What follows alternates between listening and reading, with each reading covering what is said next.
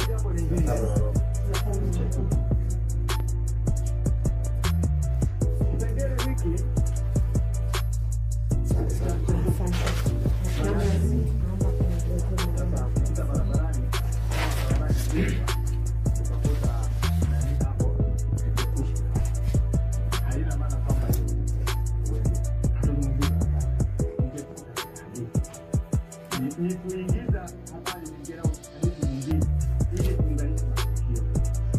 Kwa mfano, kama hadithi inahusu ugomvi wa Singeli au Wakusa na Mwema. Basi shukuru sana. Sasa anakuja kwa kina hapa. Ambaye director ingilie hadithi hii ya ugomvi hawa.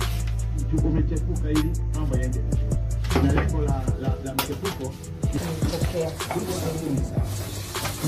Basi shukuru sana. Dada, asante sana. Asante. Kila la heri. Asante. Dada, asante.